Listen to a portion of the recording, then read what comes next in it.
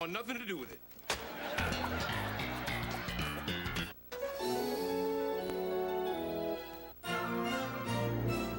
Geo Metro, tag number BYK 4692.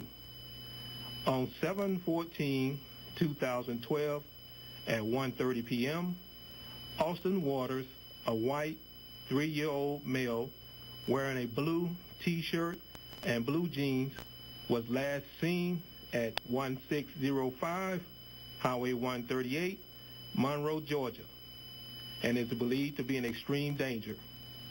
Austin was abducted by Bobby Waters, a 44-year-old white male, and is believed to be traveling Highway 138 towards Gainesville.